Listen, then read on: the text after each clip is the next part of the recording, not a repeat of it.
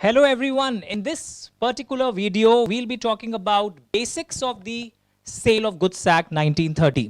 आज आप समझेंगे मेरे से sale and agreement to cell के बीच में डिफरेंस। आज आप जानने वाले हैं कि गुड्स क्या होता है, क्या हर आइटम गुड्स है, क्या लैंड गुड्स है, क्या इमूवेबल प्रॉपर्टी गुड्स है, क्या ग्रास गुड्स है, क्या सिल्वर कॉइन गुड्स है। आप इस वीडियो में, डिटेल्ड वीडियो में सब जानने वाले हैं। आज आप जानने वाले हैं तीसरी चीज, टाइप्स ऑफ गुड्स, जो आपने सुना होगा, existing goods, future goods, contingent goods. आज आप ये भी जानने वाले हैं सेल एंड हायर परचेज में क्या डिफरेंस होता है। तो दिल थाम के बैठिए, नेक्स्ट 1 hour 45 minutes कैसे पास हो जाएगा आपको पता भी नहीं चलेगा, but you will enjoy the basics of the sale of goods act and of course how do you determine the price in sale of goods act. Price determination एक बहुत इंपॉर्टेंट फैक्टर होता है सेल ऑफ गुड्स एक्ट में। इतना ही नहीं, बहुत कुछ और है। इस वीडियो को स्टार्ट होने दीजिए, फिर आएगा मजा। Thank you.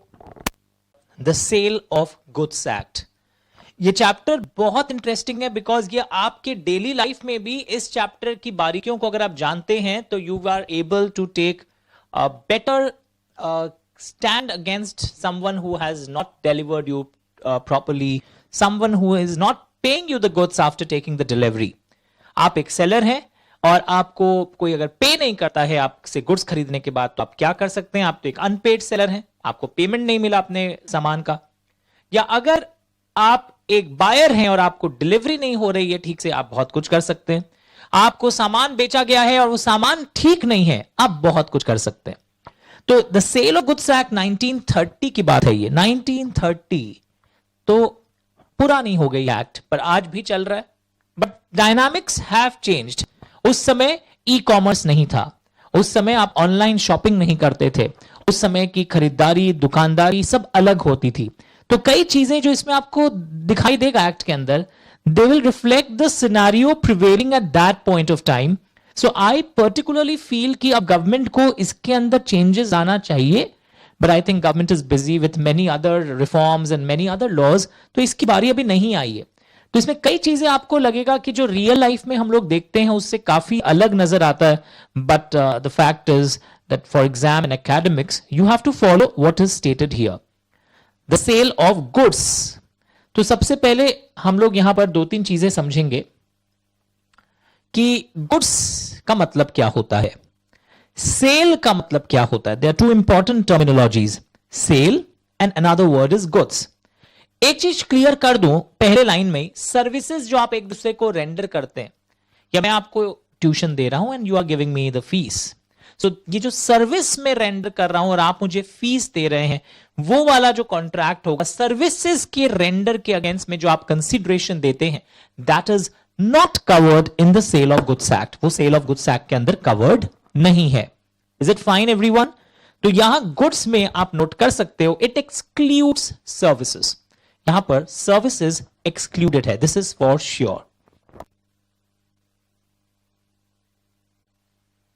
चलिए, so as I told you that the sale of goods act it excludes services, the rendering of services which you call a sale of services, that is excluded. तो इस contract, इस chapter के अंदर हम लोग contract act के basic knowledge को ध्यान में रखते हुए the sale of goods act पढ़ेंगे। आप कोई स्टूडेंट अगर बोले मेरा सर कॉन्ट्रैक्ट एक्ट पढ़ा हुआ नहीं है, वो भी समझ पाएगा। ये समझ लीजिए कि जब हम सेल की बात करते हैं, दो पार्टीज तो होने चाहिए, एक सेलर एक बायर, और इनके बीच में एक कॉन्ट्रैक्ट होगा।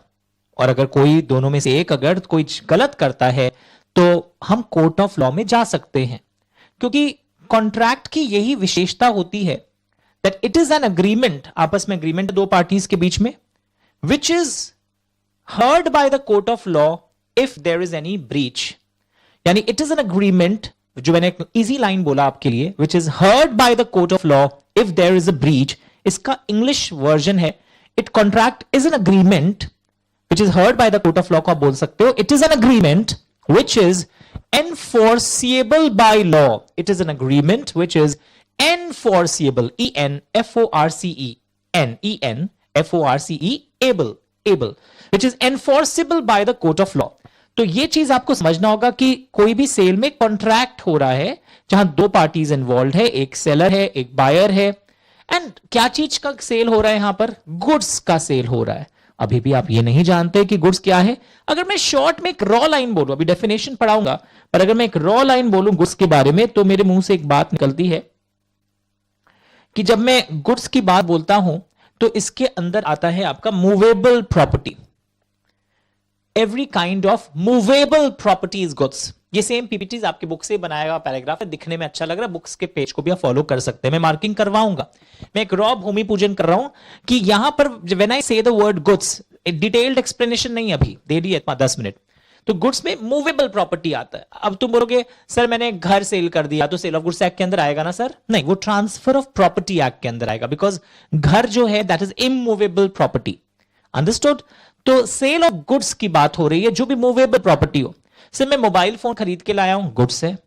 सर मैंने उसे सीमेंट के कई बोरे खरीदे हैं, बैग्स ऑफ सीमेंट खरीदा है, गुड्स है।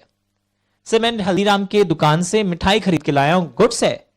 केक खरीद के लाया हूं, गुड्स है। तो गुड्स आर मूवेबल प्रॉपर्टी। तो हम सेल ऑफ गुड्स एक्ट के अंदर मूवेबल प्रॉपर्टी के कॉन्ट्रैक्ट ऑफ सेल या अग्रीमेंट टू सेल की बात करते हैं। अब आपके मन में ख्याल आ रहा होगा ये क्या बोल दिया आपने, वापस बताइए। तो इसको बताने के पहले let me explain you what do you mean by sale. यानी कि सेल ऑफ गुड्स एक्ट में sale and agreement to sale, दो शब्द आप देखोगे। एक शब्द आपको यहां दिख रहा है मेरे इसमें भी, one is sale SALE, another is agreement to sell। अच्छा एक बात बताओ, जब नॉर्मली तुमसे हम पूछते हैं तुम सेल कर लिया क्या, या सेल हो गया क्या, तुम लोग क्या बोलते हो? हाँ सर मैं सामान का डिलीवरी ले आया हूं, तो मैं अभी परचेज करके ले आया हूं, हमारे और उसके बीच में सेल कंप्लीट हो गया। पर एक्चुअली में जो हम सेल ऑफ गुड्स एक्ट के अंदर एकेडमिक्स पढ़ेंगे उसमें सबसे इंपॉर्टेंट बात क्या है, सेल कब मानते हैं कि सेल हुआ है? ओनरशिप, गुड्स का ओनरशिप, डिलीवरी नहीं। मैं ओनरशिप पर फोकस कर रहा हूं। जब गुड्स का ओनरशिप ट्रांसफर हो जाता है बायर को, we say that the sale is completed.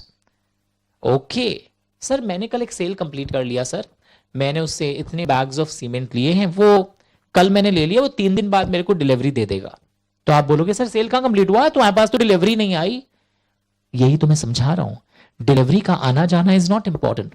अगर मैं बोल रहा हूं सेल कंप्लीट हो गया है, ओनरशिप मेरे को ट्रांसफर हो गई है, सेल कंप्लीट हो गया है, even if delivery is obtain later on, तो कुछ यहां हैमर हुआ, रनिंग नोट्स लिखा। सेल में इंपॉर्टेंट क्या है? ओनरशिप ट्रांसफर होना। Delivery is not the determining factor whether the sale has taken place और नॉट। अरे कई बार तो ऐसा होता है कि सेल हो जाता है, पेमेंट आप 2 महीना बाद करते हैं। अब तुम बोलोगे नहीं सर मैंने पेमेंट नहीं दिया तो ओनरशिप कैसे हो गया? क्रेडिट सेल हुआ है, बातें हुई हैं पहले से कि आपको क्रेडिट में बेचा जाएगा, ओनरशिप ट्रांसफर हो गया है। यानी कि सेल ऑफ गुड्स एक्ट में इफ यू सी, सेल के अंदर पेमेंट डिलीवरी लिखा, price and delivery are not important factor whether to determine क्या ये सेल है या नहीं है।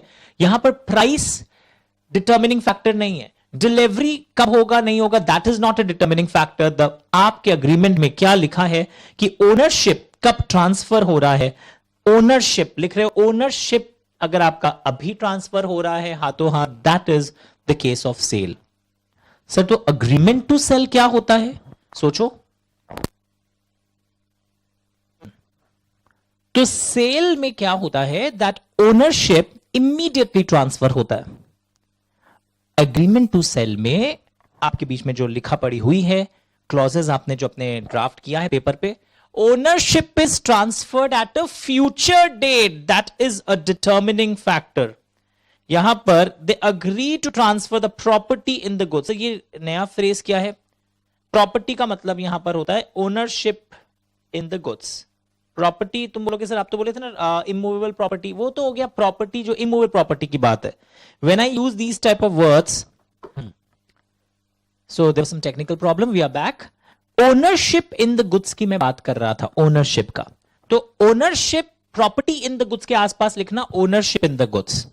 यहां पर अभी ट्रांसफर हो जाता है, इसलिए हम लोग बोलते हैं इट्स एन एग्जीक्यूटेड कॉन्ट्रैक्ट। काम हो गया, ओनरशिप ट्रांसफर कर दिया। और एग्जीक्यूटरी मतलब बाद में होगा ओनरशिप ट्रांसफर। सर आप ये कहां अंडरलाइन करवा रहे हैं, मुझे तो कुछ नहीं मिल रहा है, तो चलिए मैं आपको हेल्प करता हूं। Let me go to your books, आपके डर को दूर भगाने के लिए। तो मैं एक बार काम करता हूं, एकदम बेसिक्स रीडिंग भी शुरू कर देता हूं आपके साथ साथ, तो आपको अच्छा भी लगेगा, यू विल फील बेटर।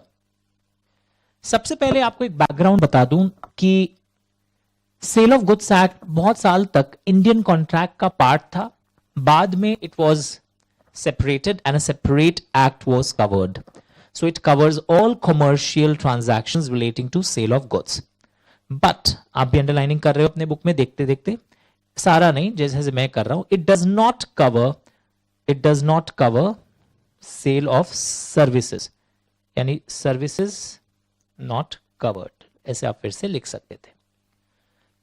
तो ये जो contract of sale of goods में सारे जो इसेंशियल एलिमेंट्स कॉन्ट्रैक्ट के चाहिए होते हैं, offer, acceptance, free consent, competent contract, यानी इंडियन कॉन्ट्रैक्ट एक्ट के जो जो इसेंशियल एलिमेंट्स कॉन्ट्रैक्ट को बनाने के लिए चाहिए, वो किसी भी कॉन्ट्रैक्ट ऑफ सेल के लिए भी जरूरी होंगे। बट अगर कोई चीज सेल ऑफ गुड्स एक्ट के अंदर स्पेसिफिकली लिखी होती है, मेरी बात ध्यान से सुनना, सेल ऑफ गुड्स एक्ट में कुछ चीजें लिखा हुआ है कि ये ऐसे ही होगा, तो फिर हमें सेल ऑफ गुड्स एक्ट का चीज फॉलो करना होगा। कॉन्ट्रैक्ट एक्ट में लिखी हुई जो जनरल प्रिंसिपल्स थी वो फॉलो नहीं होगा, क्योंकि जब स्पेसिफिक एक्ट की हम बात करते हैं, this is a specific act, so what is the meaning of between a specific act and a general act? Sale of goods, ये सिर्फ सेल ऑफ गुड्स की बात कर रहा है, और इंडियन कॉन्ट्रैक्ट एक्ट कोई भी कॉन्ट्रैक्ट के बारे में एक जनरल प्रिंसिपल्स ले डाउन करता था।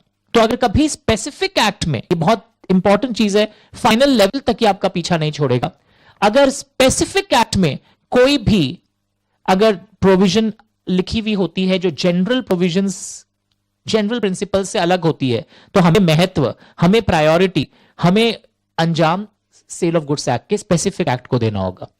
सर मैं अभी भी नहीं समझा। Suppose general principles of contract में कुछ बात लिखी हुई थी, पर सेल ऑफ गुड्स एक्ट में कुछ ऐसी बात लिखी है जो उसके संग कॉन्फ्लिक्ट कर रहा है, दोनों में अलग अलग बात लिखी है, we will follow the sale of goods act. तो लिखा हुआ है provisions of Indian contract will apply to the sale of goods act so far they are not conflicting with the express provisions of sale of goods act. If there is a conflict, अगर दोनों में अलग अलग बातें लिखी हुई होती है, then sale of goods act will get priority so far as sale of goods is concerned. तो अगर कभी कोई कॉन्फ्लिक्ट हो जाए तो सेल ऑफ गुड्स एक्ट में जो बातें लिखी हुई हैं हम उसको ज्यादा महत्व देंगे। If there is a conflict then the matter stated in the sale of goods that will get priority. तो ये चीज समझ में आ गया, इसलिए मैं रिपीट भी कर दे रहा हूं, if someone is not able to catch they can again watch what I have written here. So if there is a conflict the sale of goods act will get priority. Is it fine? तो अब एक बात देखो ध्यान से, cell, contract of cell जब मैं बोलता हूं, ये एक जनरल टर्म है जिसके अंदर नंबर 1 सेल भी आता है, एग्रीमेंट टू सेल भी आता है। तो ये बहुत कंफ्यूजिंग एमसीक्यू है जो सीएमए वालों के या सीए वालों में पहले आता था एमसीक्यूज, तो उनके कंफ्यूजिंग एमसीक्यूज में व्हाट हैपन, जैसे ही आता है ना, contract of sale includes number 1 sale, number 2 agreement to sale, number 3 both, number 4 none of the above. सब लोग सिर्फ सेल को टिक करके आ जाते हैं, हाँ सेल, हाँ सर इसमें तो सेल होगा, पर कॉन्ट्रैक्ट ऑफ सेल में दोनों टर्म्स आते हैं जो भी मैं हिंदी में समझाने की कोशिश कर रहा था, पर आप डर गए थे सब वर्ड्स कहां है। देखिए सेम चीज जो पीपीटी में था, a contract whereby the seller transfers, full page कर देगा बच्चों के लिए, the property in the goods, जिसका मतलब है ownership in the goods,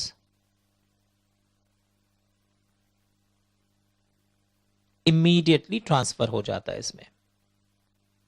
और यहां पर अगर आप लैंग्वेज देखोगे, सब अलग अलग इंक आप भी लगाइएगा, agrees to transfer at a future date, मतलब बेसिकली ओनरशिप ट्रांसफर होगा।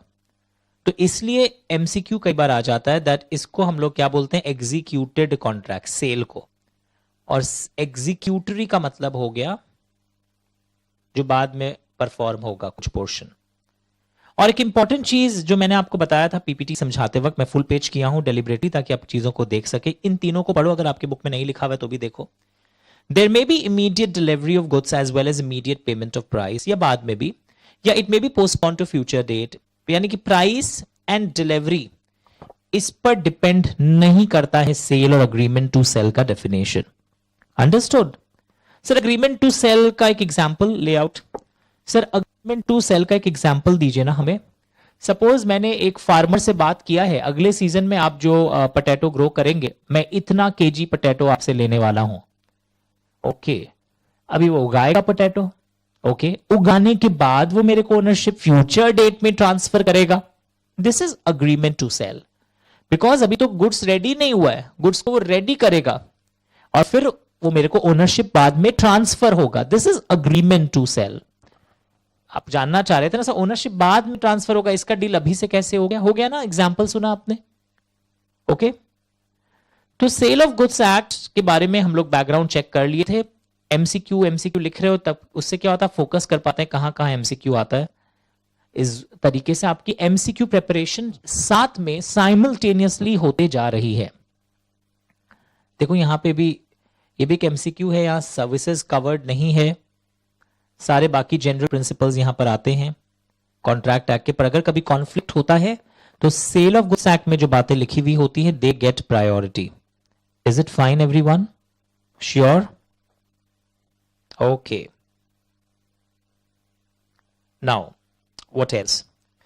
Look here.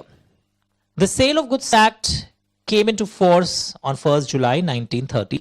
जो मैंने आपको बताया पहले कॉन्ट्रैक्ट एक्ट का ही पार्ट था। Now it is a contract whereby the seller transfers, ये लैंग्वेज ध्यान से देखो, ये एमसीक्यू में आ जाता है, और agrees to transfer, क्योंकि दोनों कवर था ना। अलग अलग अंडरलाइनिंग्स बहुत जरूरी है इस बेसिक कॉन्सेप्ट के लिए, ताकि तुम अपने आंसर्स में इन वर्ड्स पर ध्यान रखो। स्टूडेंट्स पूछते हैं क्या हमें वर्ड टू वर्ड लिखना होगा? यस, कुछ कुछ चीजें में ये बारीक है जो मेरी underlinings colourful. I am not a drawing teacher, but I am a teacher who can emphasise what points you should not miss. The property in the goods, okay, for a price, the property in the goods is transferred for a price, यानी कि मुझे price का मतलब भी समझना होगा। Property हम समझ गए हैं, गुड्स का डेफिनेशन भी हमें समझना होगा। Understood everyone? तो इसेंशियल्स, कोई भी कॉन्ट्रैक्ट ऑफ सेल में, ये एक 4 मार्क का क्वेश्चन आया हुआ एग्जाम में, कि कोई भी कॉन्ट्रैक्ट ऑफ सेल में क्या क्या चीजें इसेंशियल होती है। डेफिनेशन से पता चल गया, गुड्स होना चाहिए, ओनरशिप ट्रांसफर इन्वॉल्व है, प्राइस है। प्राइस को सर क्या, प्राइस में इतनी खास बात क्या है? हम उसको कुछ ट्रांसफर करेंगे तो प्राइस तो देगा ही मेरे को। कई बार पता है क्या करते हैं लोग, मैं अपने आईफोन तेरे को देता हूं, तो अपना OnePlus मुझे दे दे। सेल हुआ या नहीं हुआ बताइए? Is it a sale? Okay, so what are the essentials of a contract of sale? कोई भी कॉन्ट्रैक्ट ऑफ सेल के इसेंशियल्स क्या है? देखो अब पॉइंट फॉर्म में रटने से क्या होता है, आप ऐसे काम करने लगते हैं। हाँ, 2 पार्टी होती है, second point ownership of goods. मैं आपको आजादी देता हूं। सो व्हाट इज आजादी? अभी बताता हूं। कॉन्ट्रैक्ट ऑफ सेल में आपने क्या सुना मेरे से? Sir it is a contract whereby one person sells, मेरे संग संग लिपसिंग करना, और agrees to sell. Yes sir, one party sells or agrees to sell to another party, agrees to transfer the property in the goods for a price. तो essentials में अगर बोलूं, there must be 2 parties. Yes sir. There must be goods involved. Yes sir. There must be ownership transfer immediately or at later date. Yes sir. There must be price. Very good sir. There must be all other essential elements of a valid contract. देखो, yes, ownership वाली बात भी आ गई, goods वाली बात भी आ गई, 2 parties भी आ गई, कंसिडरेशन प्राइस है। और जो आईफोन वाली बात थी ना कि वो अधूरी रह गई थी, आप मुझे आईफोन दीजिए मैं OnePlus दूंगा, वो बार्टर सिस्टम है। मुझे मतलब है प्राइस से, लीगल टेंडर मनी, यानी जो पैसा सर्कुलेशन में है वो मैं दे रहा हूं आपको गुड्स के बदली में। ओके, अब पुराना 500 का नोट मत देना उस समय का। सर अगर एक बात बताइए, पार्टली कैश में हो और पार्टली एक सामान हो, वो गुड्स माना जाएगा? Look here, very good interesting question. ये एमसीक्यू में कई बार आता है तो लोगों को माइंड में वो रह जाता है कि हाँ सर बार्टर तो नहीं होता है ना सर, सेल के अंदर नहीं आता है बार्टर, पर एमसीक्यू में आ जाता है या केस स्टडी में आ जाता है, कुछ गुड्स और कुछ पैसे। तो ऐसे सिचुएशन में पार्टली इन कैश आप भी अंडरलाइन कर लो, एंड पार्टली इन गुड्स, ये सेल है एमसीक्यू। अब यहां से कुछ ट्रिकी पोर्शंस इन्वॉल्व है, बाकी मैं रीड नहीं किया हूं फिर से, बिकॉज वो ऑलरेडी एक्सप्लेनेशन के अंदर चल रहा था। Butter is not covered, remember that.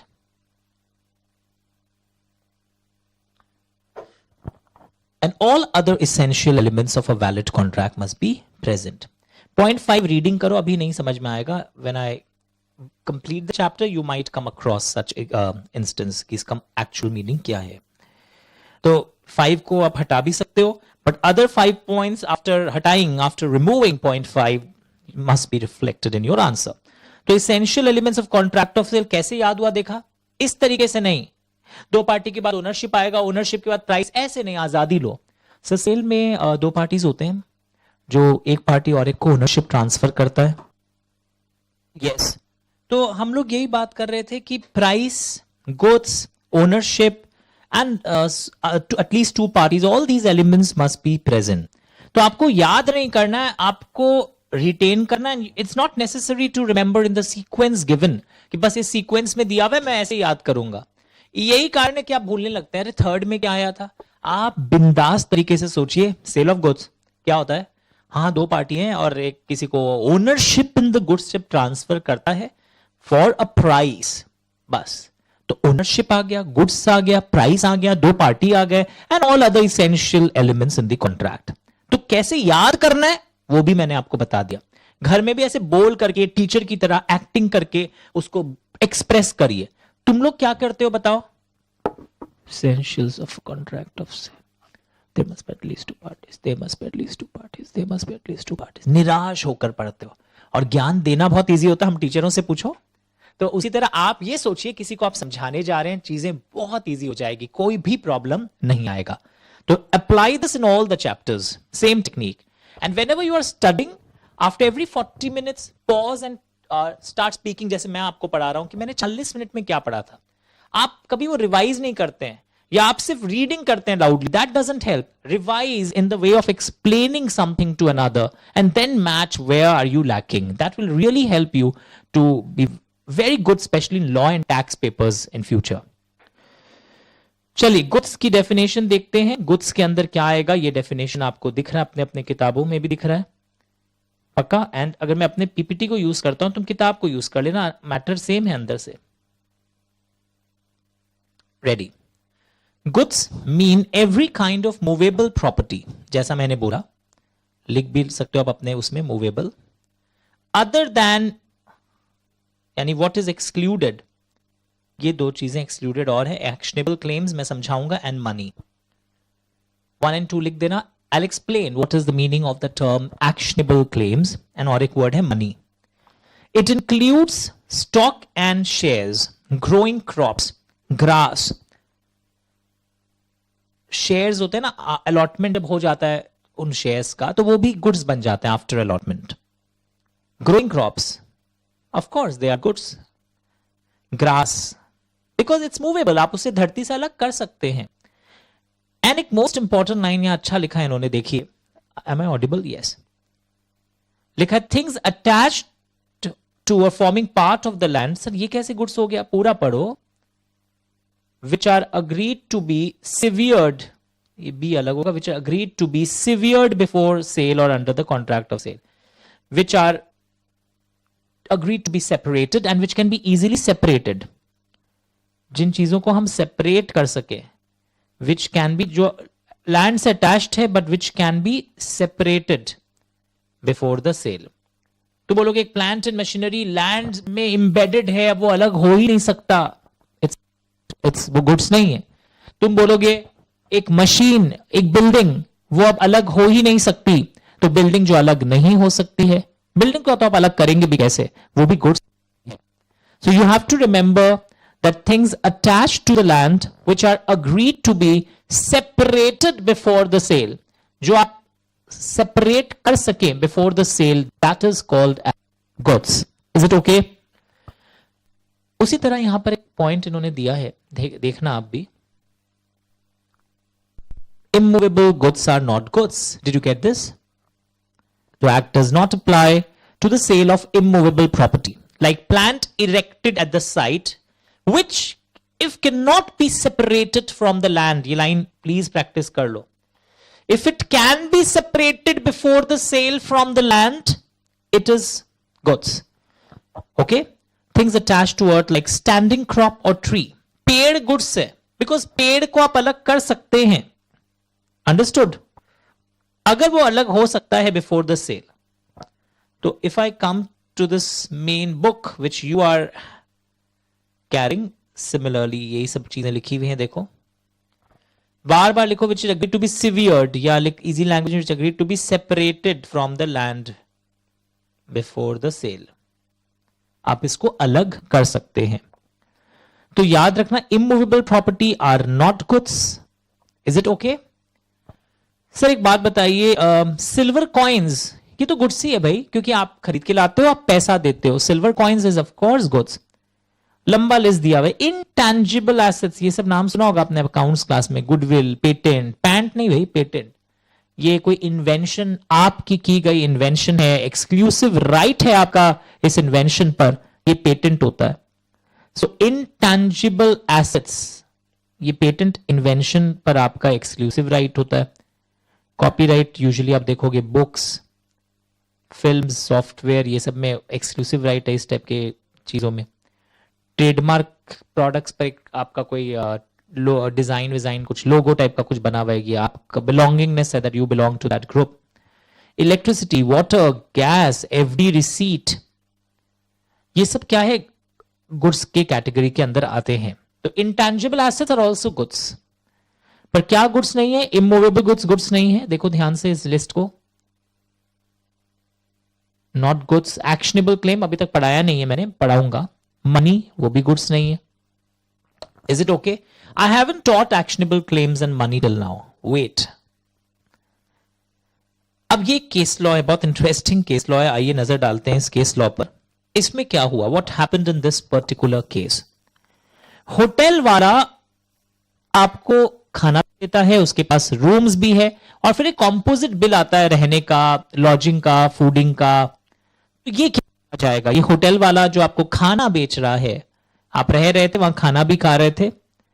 तो क्वेश्चन है that supply of food was not the case of sale of goods but simply a transaction of service.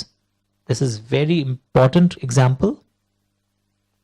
As the transaction was an indivisible contract of multiple services and it did not involve sale of food.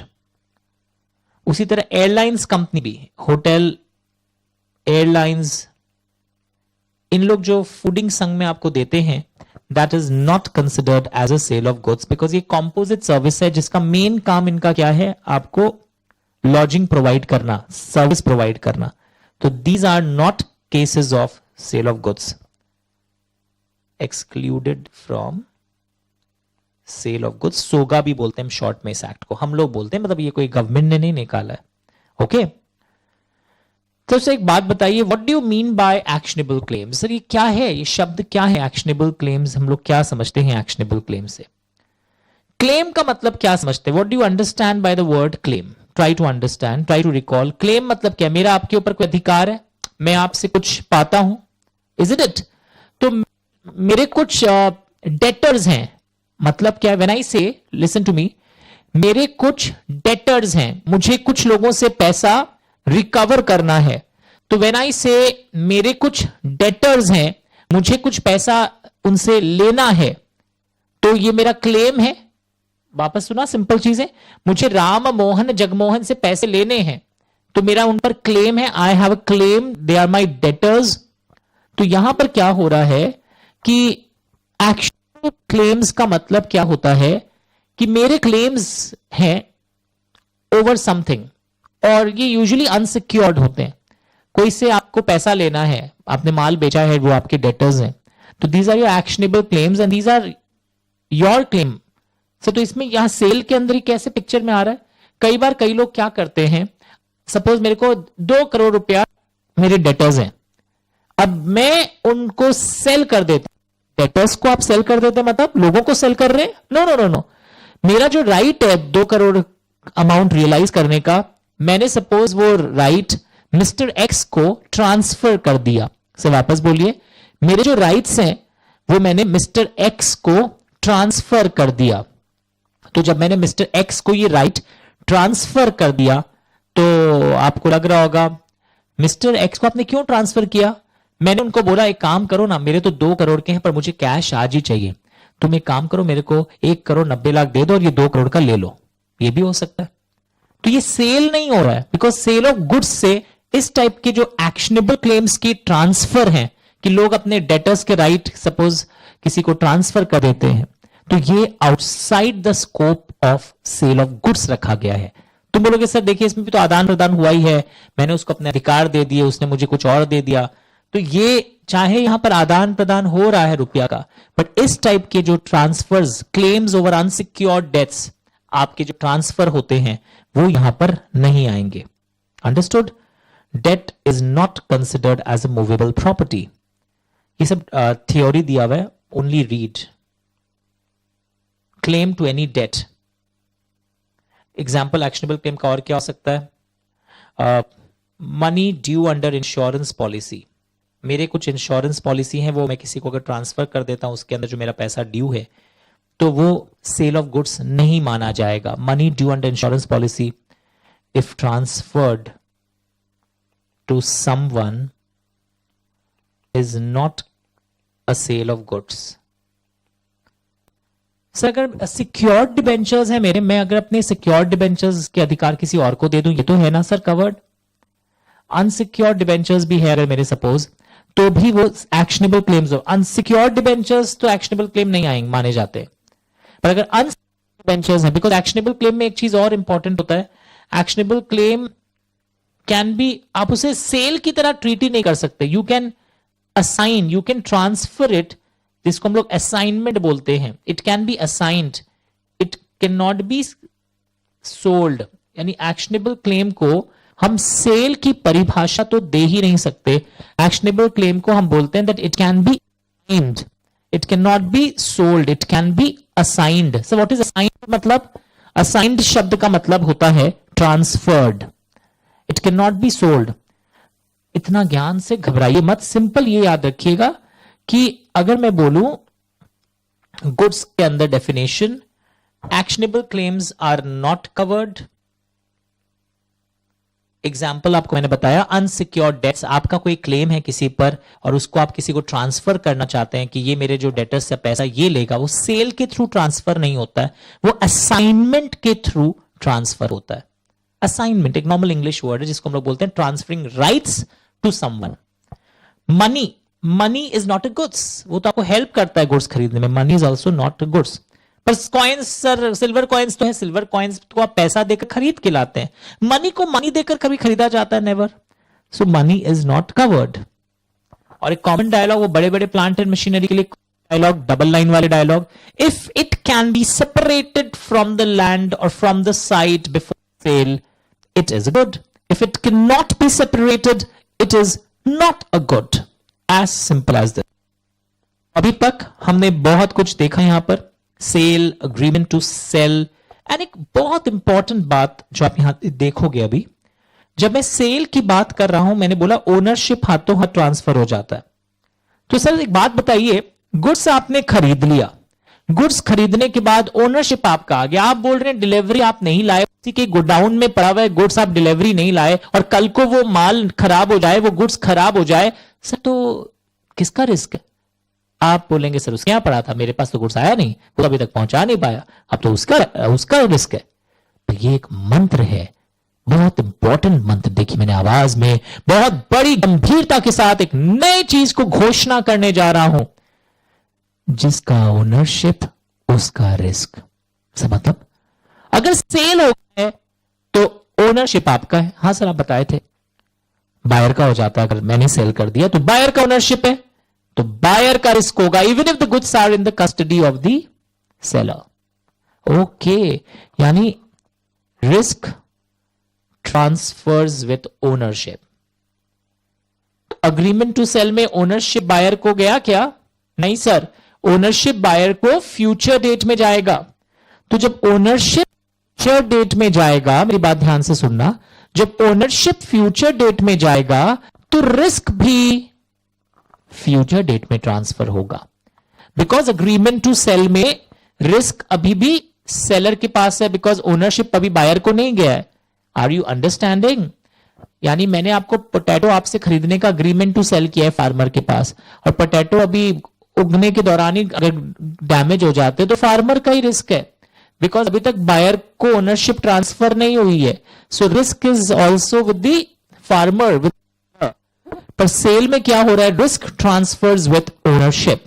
Agreement to cell में क्या हो रहा है, to cell में what is happening, that risk is with the seller.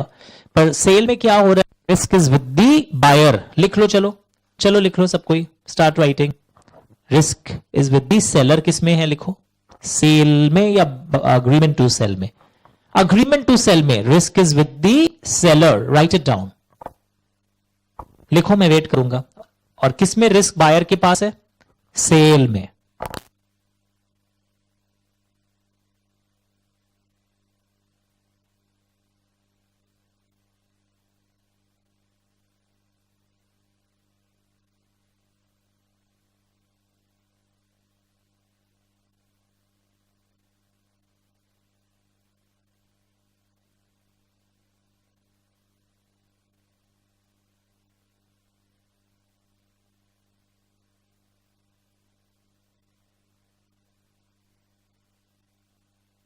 Is it okay? Risk transfers with ownership, और with, and in the case of sale, risk किसकी हो गई है, बायर की हो गई है, क्योंकि ओनरशिप किसके पास है, बायर. हाँ, पर इस सेंटेंस का भी एक्सेप्शंस हम लोग डिस्कस करेंगे. प्लीज आज ही याद रख, the normal principle is risk transfers with ownership, but there are exceptions also which will be discussing in the coming classes. आने वाले दिनों में, आने वाले क्लासेस में हम ये स्टडी करेंगे कि कभी कभी risk may not transfer with the ownership. तो चलो, we were really feeling good. We have understood the basics of sale, agreement to sell. इन सब चीजों को हम लोग समझ चुके थे. अब हम लोग कुछ और आगे अच्छे टेक्निकल चीजों पर जा रहे हैं. हम लोग अब विभाजन देख रहे हैं. गुड्स भी 3 टाइप के हो सकते हैं. एग्जिस्टिंग गुड्स, नाम से पता चल गया. आप कोई दुकान में गए, वहां स्टॉक रेडी था और आपने कहा प्लीज ये पैक कर दीजिए, ये आप अपने रैक से मेरे को 5 बॉर्नविटा दे दीजिए, 4 ये दे दीजिए. ये एग्जिस्टिंग है, एकदम रेडी है, आपके सामने है. At the time, word is very important, at the time of contract goods are in existence. Seller के पास पोजेशन भी है and he owns those goods. Future goods क्या होता है, जैसे वो पोटैटो वाला एग्जांपल मैंने आपको बताया था, इतना पोटैटो मेरे को चाहिएगा. They are to be manufactured और प्रोड्यूस्ड और एक्वायर्ड. तो फ्यूचर गुड्स में यूजुअली आप देखोगे मैन्युफैक्चरिंग इन्वॉल्व होती है. So goods are not in existence at the time. देखो, at the time, they are to be produce after. सारा अंडरलाइनिंग मत करना, जहां जहां पंच लाइन्स है, पढ़ना कैसे चाहिए लॉ मैंने आपको एक्टिंग करके दिखाया. After every 20-30 minutes Hindi English mix करके बुलंद करके समझाओ किसी को खाली रूम. वो संग संग में छुपा छुपा के जो लाइंस होते थे ना, आंसर ये 2 का, दिस डजंट हेल्प. जितना आप एक्सप्रेसिव बनोगे, लॉ समझाकर पढ़ोगे, उतना ज्यादा याद रहेगा. तो फ्यूचर गुड्स में at the time of contract they are not existing. Language पे कमांड आया एमसीक्यूज में, goods which are to be manufactured after the contract of sale. After word से खेलो, that is future goods.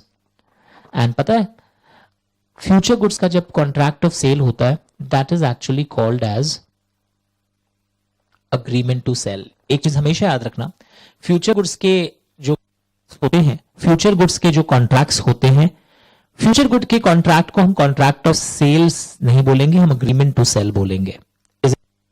Is it fine? यहां और example दिया, काऊ वाला example अगर आपके बुक में है तो ये भी पढ़िए. Start reading everyone. इसके better version is agreement to cell का केसेस होता है. Now sir, what is contingent goods? Contingent मतलब ये, अगर ऐसा हुआ तो आपको मैं दे, अगर ऐसा हुआ, अगर कंटिंजेंट सेलर के पास भी हो सकता है वो गुड्स नहीं आए. It is depending on some uncertain event which may happen, which may not happen in future. तो कंटिंजेंट में एक कंटिंजेंसी है कि वो हो भी सकता है फ्यूचर में, नहीं भी हो सकता है फ्यूचर में. तो look at the words. Contingent goods are a type of future goods, जैसा कि आपको यहां दिखाई दे रहा है. They are also a type of future goods. And the acquisition, आप भी इस तरह अंडरलाइनिंग कर रहे हो ना, अलग अलग एंग से. इट ऑन द हैपनिंग और non happening of N uncertain event. Okay, तो इसलिए यहां पर भी हम जब कंटिंजेंट कंटिंजेंट गुड्स के एमसीक्यूज आते हैं तो उसमें अग्रीमेंट टू सेल को टिक करते हैं। रीजन क्यों है? क्योंकि ये भी एक टाइप का फ्यूचर गुड्स है जहां ओनरशिप बाद में होगा। ओके, तो मैं आपको पोटैटो दूंगा, if potato grows in my field, यानी पोटैटो नहीं भी ग्रो हो सकते हैं।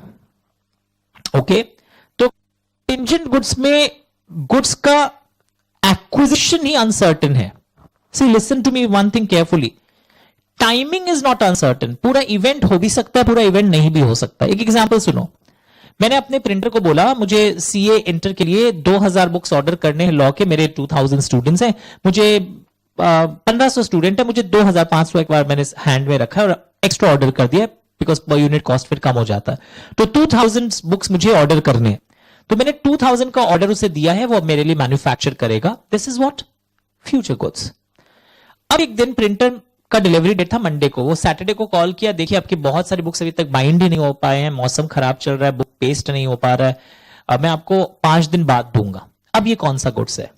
क्वेश्चन वापस सुनो, डिलीवरी डेट से 2 दिन पहले फोन आया और मेरे पास फोन आया कि देखिए बुक की बाइंडिंग नहीं हो पा रही है, पेस्टिंग नहीं हो पा रही है, मैं आपको डिलीवरी अब और 5 दिन बाद दूंगा। ये कैसा गुड्स है? Let me know, think about it, बोलो।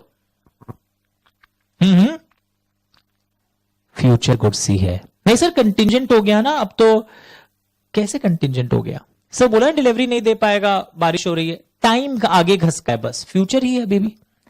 डिड ही से अब मैं दे भी सकता हूं, बुक नहीं भी दे सकता हूं, बुक भीज गए हैं, नहीं सूखा तो नहीं मिलेगा books. It was not the case. तो ये भी फ्यूचर गुड्स है। तो इसमें एक प्रॉपरली कंटिंजेंट के रूप में इसको क्लासिफाई नहीं करूंगा। कंटिंजेंट में क्या होता है, शुरू से आपको पता होता है इस इवेंट की हैपनिंग या नॉन हैपनिंग टोटली अनसर्टेन है, वो मिल भी सकती है नहीं भी मिल सकती। दो कंटिंजेंट गुड्स भी एक प्रकार का फ्यूचर गुड्स है, पर अगर मैं ये इस एग्जांपल को क्लासिफाई करने बोलूंगा तो इसको आप कंटिंजेंट के अंदर क्लासिफाई नहीं करेंगे कि वो बोल रहा है कि मैं 2 दिन बाद डिलीवरी दूंगा, वो फ्यूचर गुड्स के अंदर ही जाएगा। स्टोरी समझ में आया आपको? एक अनसर्टेन इवेंट की हैपनिंग और नॉन हैपनिंग पर प्रश्न चिन्ह जब आ जाता है, then it becomes the case of contingent goods. Is it okay? Sure everyone? Just a minute, mic की बैटरी चेंज करनी होगी, पॉज कर देता हूं। Okay, am I audible? तो अब हम लोग एग्जिस्टिंग गुड्स के क्लासिफिकेशन को देख रहे हैं। एग्जिस्टिंग गुड्स में जैसा आप देख रहे हैं we have 3 type of existing goods. तो पहले वो क्लियर हो गया, existing and future goods. And future goods का एक वेरिएंट है कंटिंजेंट गुड्स, जिसको एमसीक्यू में अगर आप आइडेंटिफाई करना हो, जैसे मेरा प्रिंटर वाला एग्जांपल जो बोल रहा था लोड शेडिंग हो गया अब देरी से दूंगा, वो कंटिंजेंट वाला नहीं है, मिलेगा ना बुक्स तो मिलेगा ही, तो वो फ्यूचर ही होगा। कंटिंजेंट में क्या शुरू से पता होता है, अगर जहाज आ गया तो गुड्स मिलेगा, अगर पोटैटो ग्रो हो गया तो गुड्स मिलेगा। That is the case of contingent goods, अगर आपकी ड्राफ्टिंग अग्रीमेंट की ऐसी हुई है। नाउ एग्जिस्टिंग के अंदर ये 3 वर्ड्स देखो, one is specific goods. Specific goods क्या होता है? अगर मैं सिंपल एग्जांपल लूं, मैं एक शॉप में गया और मैंने बोला ये रहा, ये मेरे को पैकिंग कर, ये आपके पास ये जो प्रोडक्ट है मेरे को खरीदना है। दवाई की दुकान में जाते हैं और आप बोलते हैं ये बड़ा वाला सैनिटाइजर का शीशी मुझे दे दीजिए। ये स्पेसिफिक गुड्स है जो कॉन्ट्रैक्ट ऑफ सेल के समय एग्जिस्ट कर रहा है और आपने आइडेंटिफाई कर दिया and it was given to you. So at the time of contract, you identify that goods. At is a very important line again. Goods are identified and agreed upon at the time of contract of sale. या mobile की दुकान में गए, हाँ ये मेरे को दे दीजिए, ये वाला मोबाइल फोन इस मॉडल का, या मेरे को ये वाला मशीन दे दीजिए। This is again what? Specific goods. याद रहेगा? चेक कर लीजिए एक बार, चेक कर लो। यस, तो स्पेसिफिक गुड्स में जैसा कि एक शब्द हम देख रहे थे, eight the time it is identified. Now ascertain and uncertain, ये चीज समझो, बहुत ट्रिकी हो जाता है। कोई सामान गए आप, अच्छा मैं स्पेसिफिक वापस रिपीट कर रहा हूं, कई लोग रिक्वेस्ट करते हैं। स्पेसिफिक में ये पैक कर दीजिए बॉर्नविटा का डब्बा, अच्छा ये मेरे को मोबाइल फोन ये वाला पैक कर दीजिए, this is specific. Okay, now what is ascertained goods and unascertained goods? आपने एक सीमेंट वाले को फोन किया, भैया मुझे 100 बैग सीमेंट दे दे, तेरे पास तो बहुत स्टॉक रहता है गोडाउन में। तो यस सही बात है, उसके पास गोडाउन में 500 बोरे हैं सीमेंट के, तो 500 kgs of cement he have and now वो 100 kgs ऑफ सीमेंट उससे ले रहा है। तो ये जो लॉट्स में जब आप डील कर रहे हैं तो 500 kg में से 100 kg वो आपके लिए आइडेंटिफाई करेगा after the contract of sale. Okay, after, subsequent. तो दिस इज असर्टेन्ड गुड्स, यानी कि वो जो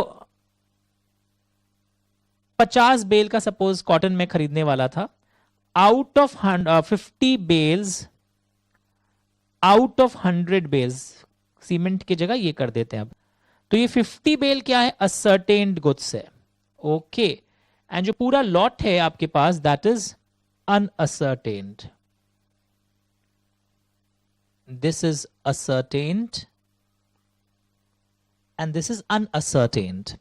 तो ascertained goods में लैंग्वेज जैसा आप देख रहे हैं, they are identified subsequent to the formation of the contract of sale. ये कुछ मिसप्रिंट था, फॉर्मेशन अगर कोई की बुक में ऑलरेडी, ठीक है, इग्नोर इट.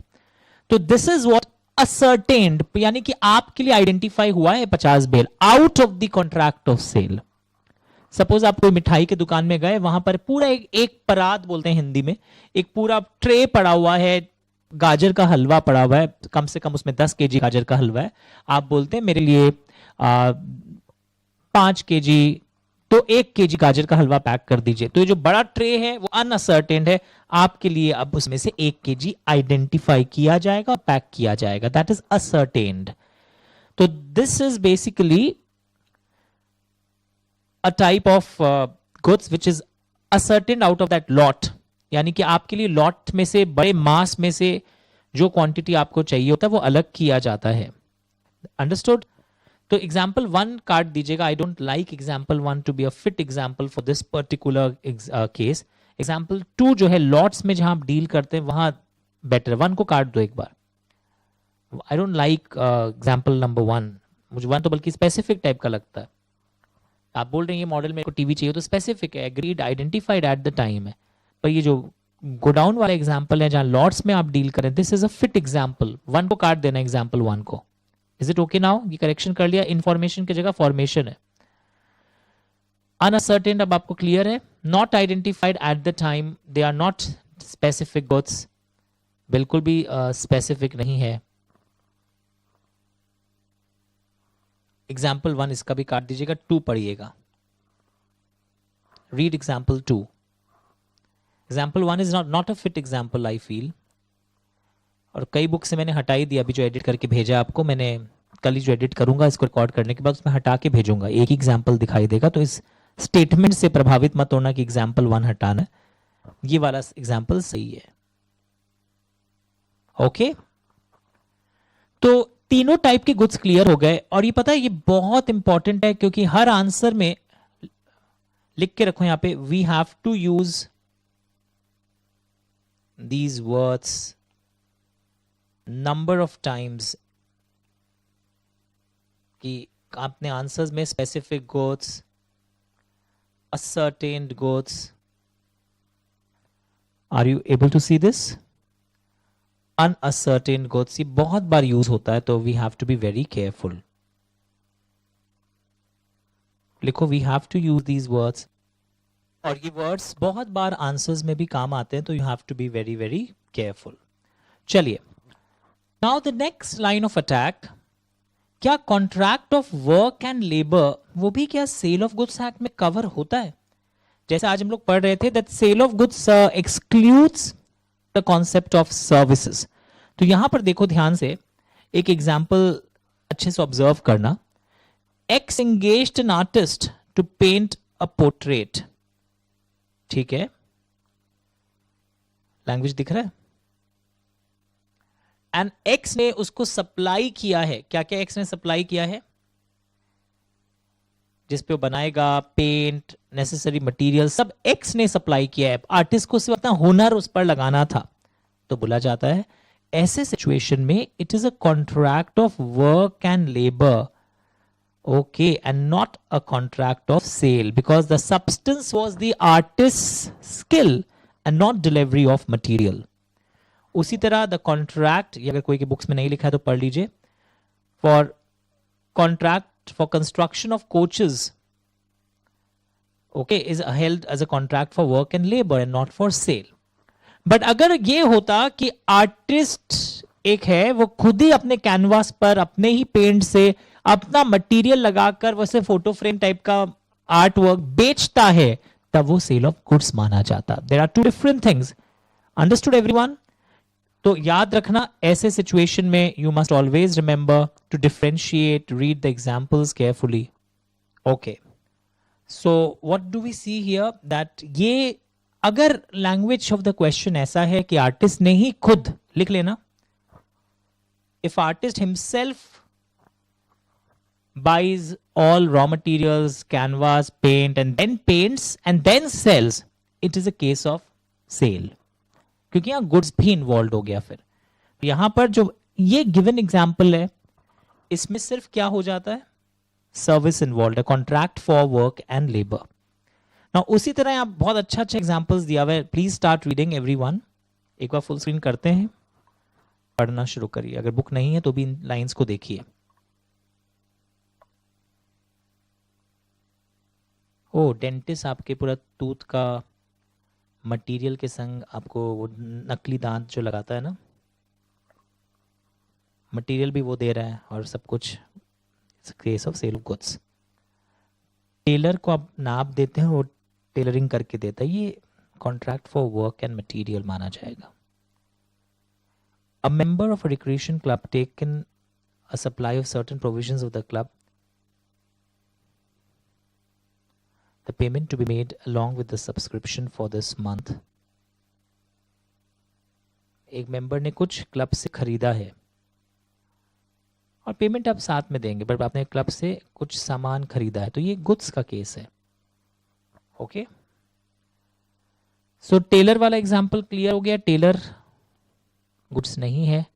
डेंटिस्ट जो नकली दांत लगा के अपने मेहनत से ही गुड्स माना जाता है. याद रखिएगा. Simple issues which can be asked in the exam too, but they are really very simple. तो चलिए अब हम एक मेगा डिस्कशन की तरफ जा रहे हैं. या आई नो पढ़ने का मन नहीं कर रहा होगा, आज मौसम अच्छा है, कलकत्ता में बारिश टाइप का माहौल है, but we have to do it. थोड़ा सा और. Sale and agreement to cell का difference. We are observing the difference between sale and agreement to sell. ये टैबुलर डिफरेंस दिख रहा है आपको. चलिए एक एक करके देखते हैं. जब पहला है ओनरशिप इमीडिएटली ट्रांसफर होता है. यहां पर ओनरशिप सब्सिक्वेंटली बाद में ट्रांसफर होता है. Very good. यहां पर किसके रिस्क पर गुड्स है, ये तो हम लोग पहले कर चुके थे. Risk of the buyer, because ownership buyer का है. क्योंकि ओनरशिप भी किसको आ गया था, बायर को, तो रिस्क भी किसका है, बायर का. ये दो डिफरेंस तो आपको आना ही चाहिए. यहां पर क्या हो रहा है अगर आप देखोगे, यहां पर रिस्क सेलर का है अभी भी, बिकॉज ओनरशिप अभी बायर को नहीं हुआ है. So these two are very important differences, you should not miss. और ये लॉजिकल भी है, लिखो इंपॉर्टेंट एंड लॉजिकल. ये दो डिफरेंस तो आपको आना ही चाहिए. सर बाकी डिफरेंस छोड़ दो, नहीं नहीं वो भी करना है, पर ये दो डिफरेंस तो रटने की भी दरकार नहीं है. If you know the basics of sale and agreement to sell, ownership and risk से दो डिफरेंस निकल गए. समझे? इस तरह आपको ग्रिप में लेना पड़ता है चीज.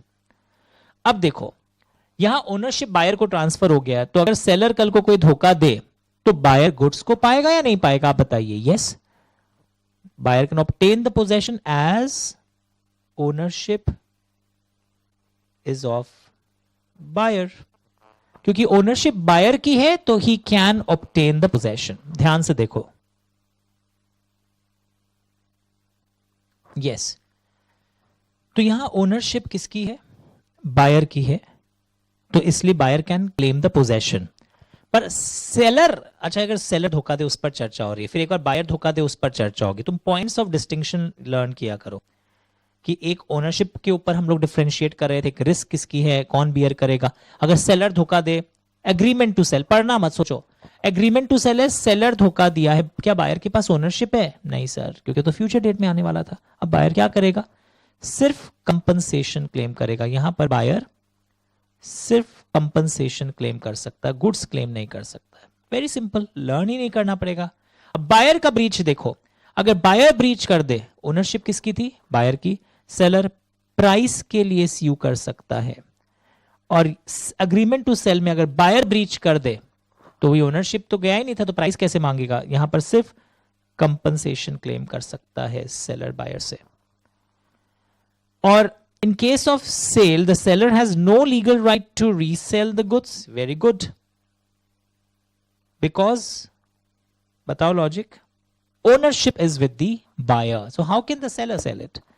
इन case of agreement to sell, seller sometimes कुछ ऐसे कारण होते हैं, आप पढ़ोगे, ही कैन रीसेल बिकॉज अभी ओनरशिप नहीं हुआ है। तो आपको ग्राउंड्स ऑफ डिफरेंस याद करना होगा। ओनरशिप का ground, who will bear the risk. अगर सेलर ब्रीच करे तो सेल में क्या होगा, बायर क्या कर सकता है। अगर बायर ब्रीच करे तो सेलर क्या कर सकता है। और अगर रीसेल का राइट सेल में है क्या, सेल में तो बिल्कुल नहीं है बिकॉज ओनरशिप तो जा चुका है उसके पास। 5 डिफरेंस हो गए। Now insolvency of buyer and insolvency of seller. अगर बायर इंसॉल्वेंट हो जाए, लॉजिक बताओ, ओनरशिप किसका था, बायर का था, तो बायर के हर एसेट्स पे कोर्ट के आदमी, उसको बोलते हैं ऑफिशियल असाइनी, जो कोर्ट का ऑफिसर होता है, तो वो इस गुड्स पर भी क्लेम करने आ जाएगा। Very simple. बायर इंसॉल्वेंट हुआ है, एग्रीमेंट टू सेल का कॉलम देखो, तो official receiver will have no right over the goods, seller will not give the goods. Very simple. सोचो, लॉजिक सोचो, मैं फुल पेज करता हूं एक बार।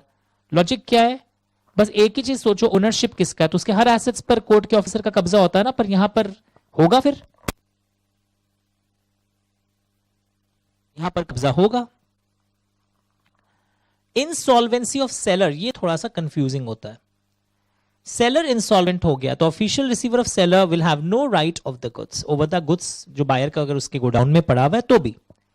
But the seller becomes insolvent, अगर एग्रीमेंट टू सेल में तो सेलर के पास ही है, तो official receiver can have right over the goods. Buyer अब सिर्फ कंपनसेशन मांग सकता है। बेसिकली ओनरशिप किसके पास है, उस हिसाब से पूरा गेम प्लान चलेगा। तो इस पर एमसीक्यूज कई बार आते हैं, लिखो यहां पर यूज लॉजिक। इसमें रटा नहीं जा सकता है एमसीक्यू में, लॉजिकल। बायर इंसॉल्वेंट हुआ है, सेल का केस है, तो ऑफिशियल रिसीवर उस गुड्स को भी ले जाएगा बिकॉज वो बायर का एसेट है। बायर, सेलर अगर इंसॉल्वेंट होता है तो ऑफिशियल रिसीवर का कोई राइट नहीं है, चाहे गोडाउन में मिले तो भी, क्योंकि बायर का है उसके ऊपर अधिकार। तो सेल में आपके पास ओनरशिप आ जाता है, तो एक वर्ड हम लोग सेल ऑफ गुड्स एक्ट में सीखेंगे, कॉन्ट्रैक्ट एक्ट में सीखेंगे, अगर नहीं पढ़ा हुआ है, जस्ट इन रेम। सारी दुनिया के को आप बोल सकते हैं इसमें मेरा अधिकार है।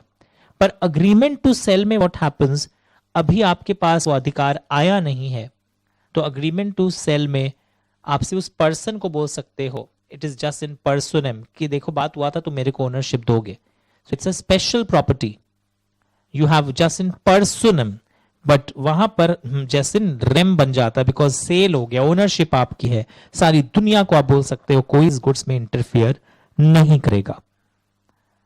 तो अगर ग्राउंड्स आपको याद हो जाए, ओनरशिप, रिस्क, सेलर का ब्रीच में क्या इफेक्ट आता है, ओके, बायर के ब्रीच पर क्या इफेक्ट आता है, रीसेल का अधिकार कहां है, बायर के इंसॉल्वेंसी के कारण क्या अधिकार आएगा, ऑफिशियल रिसीवर ऑफ बायर क्या करेगा, सेलर अगर इंसॉल्वेंट होता है तो ऑफिशियल रिसीवर ऑफ सेलर क्या करेगा। ऐसे समझो, आपको ये समझा इंसॉल्वेंसी ऑफ बायर, यहां पे लिखो, तब आपको डिस्कस करना right of official receiver of, दोनों केस में, ऑफ बायर, और अगर सेलर इंसॉल्वेंट हुआ है तो right of official receiver of seller. ये एज ग्राउंड्स आपको पता चल जाए डिफरेंस के, फिर तो सोचना लॉजिक से काम आराम से हो जाता है। स्टार्ट ऑब्जर्विंग एवरीवन, लिख लो, right of official receiver of buyer, right of official receiver of seller. So 4 marks लिख लो, इंपॉर्टेंट, इंपॉर्टेंट मतलब ये एग्जाम में आता रहता है। It's a 4 mark difference, start doing it.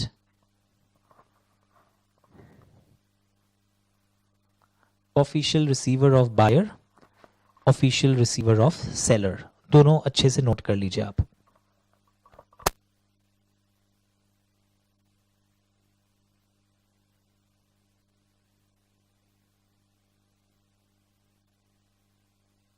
Is it fine? Okay, very good. तो अब अगर कोई मुझे पूछे कि sale and agreement to cell के डिफरेंसेस क्या है, खुद सोचो।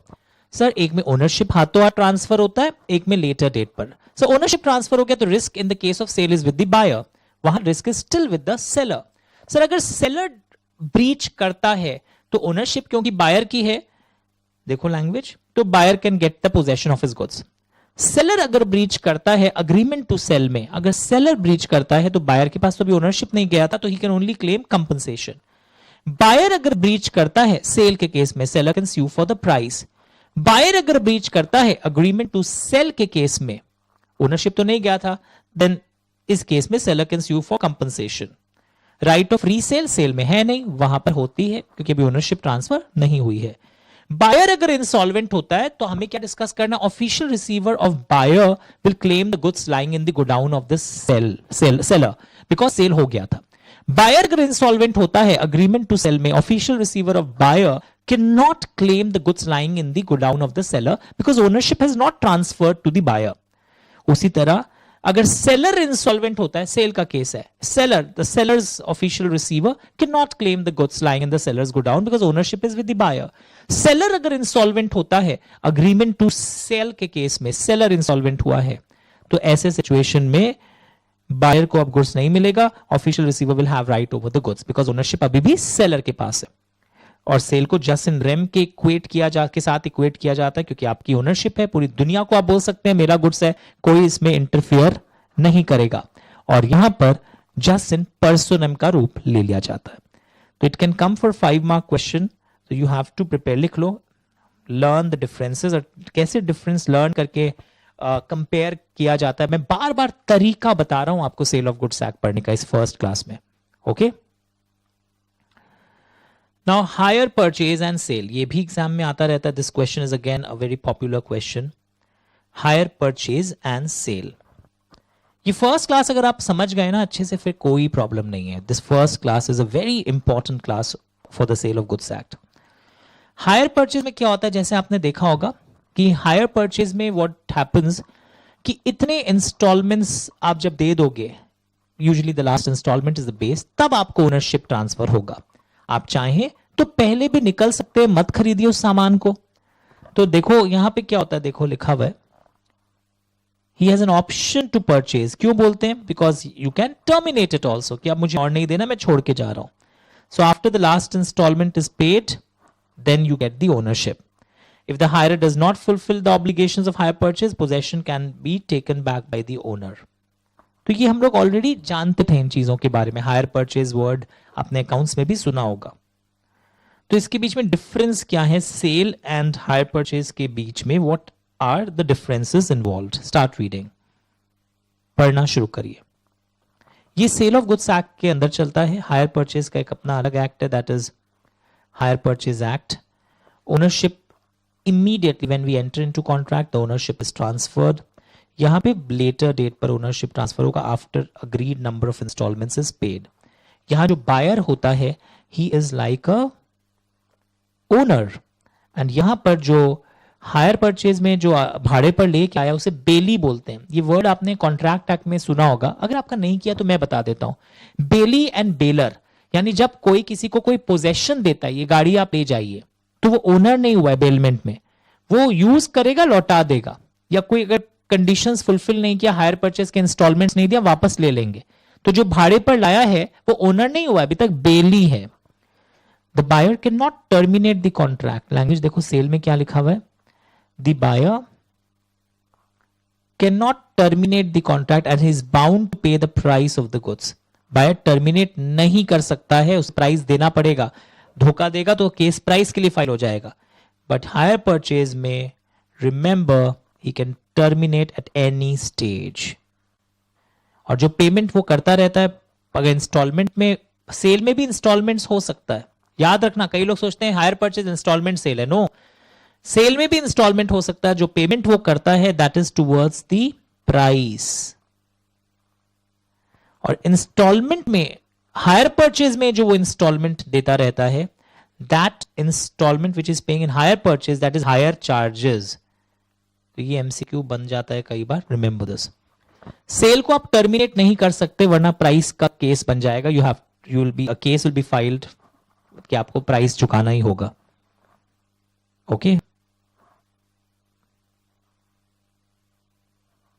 अब ये एक अच्छा सा क्वेश्चन है, फुल पेज करता हूं, इससे आपको डिफरेंस समझ में आएगा कब आप कोई इंस्टॉलमेंट पेमेंट को सेल या हायर परचेज के रूप में क्लासिफाई करेंगे। It's a good thing, it's a good concept which clears कि how do you differentiate between sale and hire purchase. जो मुझे मेन पॉइंट लगा वो ओनरशिप वाला, टाइटल वाला, ये दोनों बहुत मेन पॉइंट्स थे, और बाकी दो भी सिंपल थे। And even third one, termination कहां पॉसिबल है और कहां पॉसिबल नहीं है। Read these 4 lines all of you, conceptual clarity आ जाएगी आपको इस चीज को लेकर कि ये सेल माना जाएगा या हायर परचेज। इसके आंसर को पढ़िए, पैटर्न को समझिए। अंडरलाइनिंग्स मेरे टाइप से होने चाहिए ताकि वो वर्ड्स आंसर में खिलकर आपके आंसर्स में रिफ्लेक्ट होने चाहिए। Start doing it everyone. चलिए जल्दी करिए।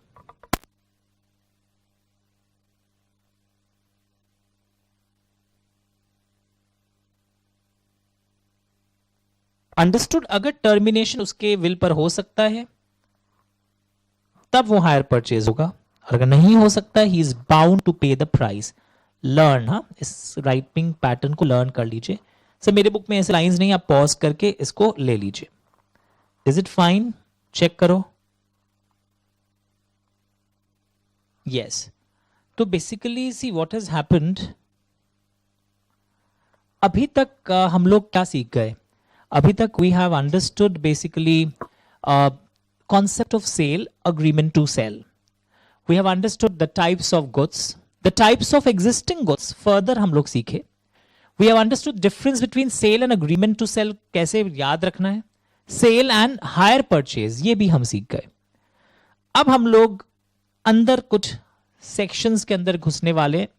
अब आपके मन में क्वेरी आता है, सर सेक्शन नंबर याद रखना जरूरी है? मैं हमेशा की तरह बोल रहा हूं, नहीं। कुछ जो बहुत पॉपुलर होंगे उनके लिए मैं बोलूंगा मस्ट डू इट, अदरवाइज याद नहीं करना है। सर अगर लिख दें सेक्शन नंबर, कोई खास फर्क नहीं पड़ता है। कई लोगों को तो 0 मिलता है। सर क्या बोल रहे हैं, सेक्शन नंबर लिखने से 0? यस, सेक्शन नंबर सही लिखते हैं पर अंदर कचरा लिखते हैं। सो व्हाट इज मोर इंपॉर्टेंट, अंदर का कंटेंट सही हो और सेक्शन नंबर नहीं हो, और बस आपको लिखना है according to the sale of goods act, you will get very good marks. Okay, तो सेक्शन नंबर का टेंशन हटाओ, focus on the concepts first.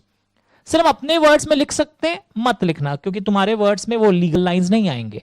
तो कोशिश करो मेरे हिसाब से लिखने का। तुम्हारा वर्ड्स क्या होता है?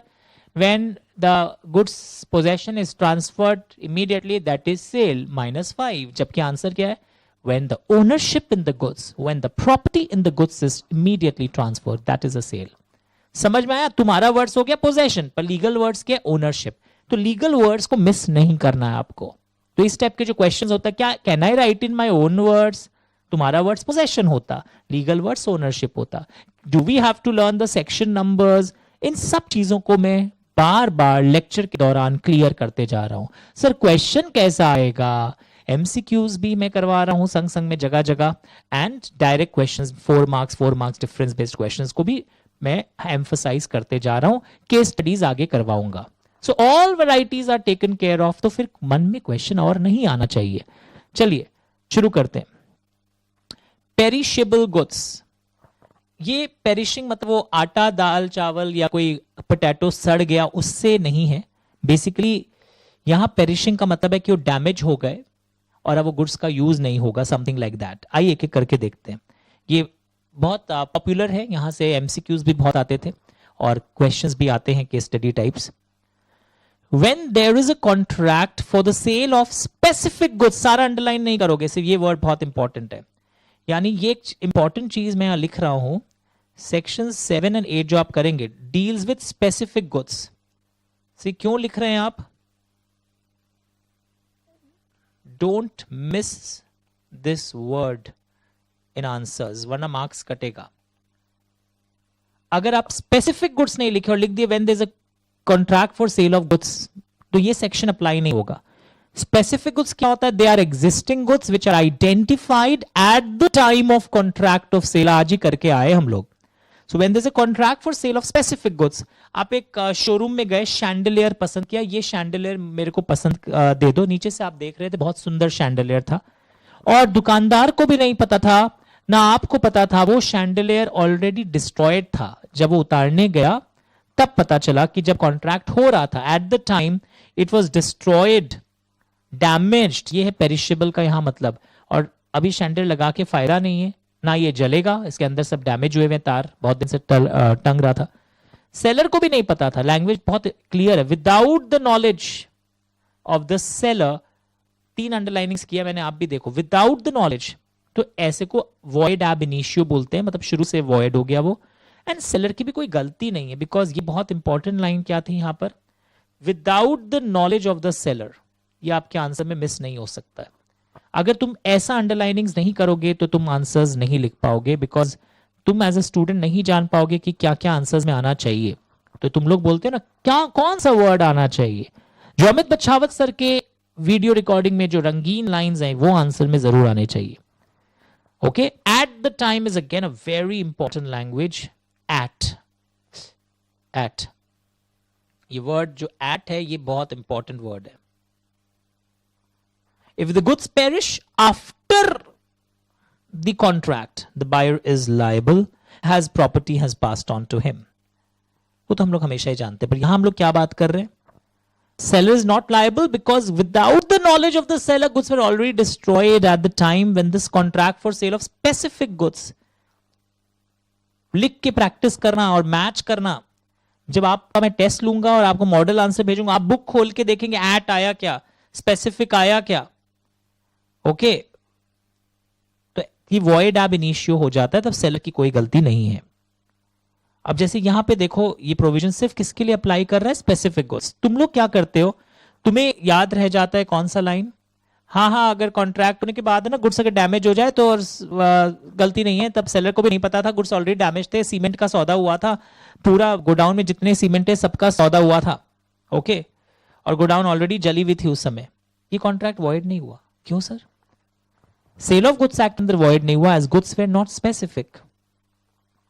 ओके, क्योंकि बात समझो, यहां पर आपके पास स्पेसिफिक गुड्स अगर होता, ये गोडाउन वाले जो बैग्स वाले जो केस स्टडीज होते हैं वो सभी स्पेसिफिक गुड्स के होते ही नहीं है usually.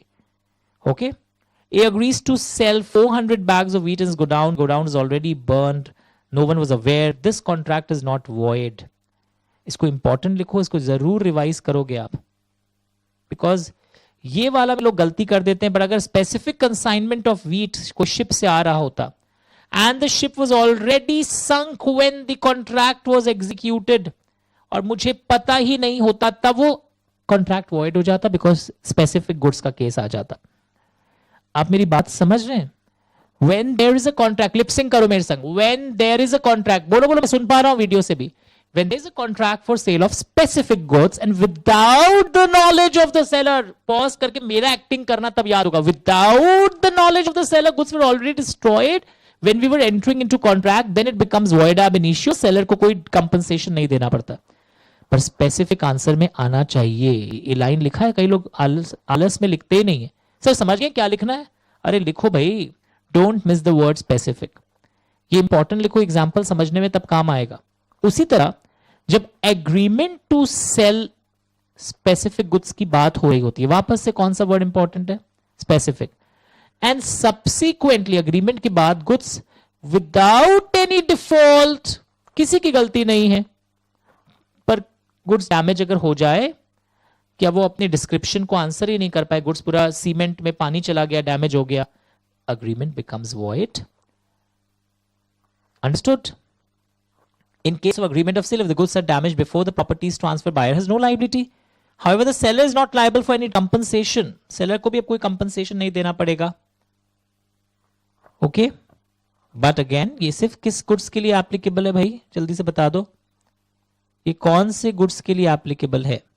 Specific goods again. And later on, after the contract for this agreement of specific goods, किसी के default के बिना ये गुड्स डैमेज हो गए, पर ये स्पेसिफिक होने चाहिए. जैसे मैंने अगर अपने सारे 700 बैग्स आपको बेचने के लिए बोला है, ऑल 700 बैग्स, जितना भी गोडाउन में, ऑल लिखो, कुछ कारण है. अगर मैं सारे इन बैग्स के बेचने का सौदा आपसे कर लूं और किसी को पता नहीं था बिफोर द कॉन्ट्रैक्ट ये सब डैमेज हो गए थे, the contract becomes void because all bags की बात हुई थी, तो ये स्पेसिफिक हो गया. अंडरस्टूड? बट सारे बैग्स के बेचने की बात थी, किसी को पता नहीं था इतने बैग्स स्टोलन हो गए थे, तो भी अब कॉन्ट्रैक्ट वॉइड है. It is an indivisible contract.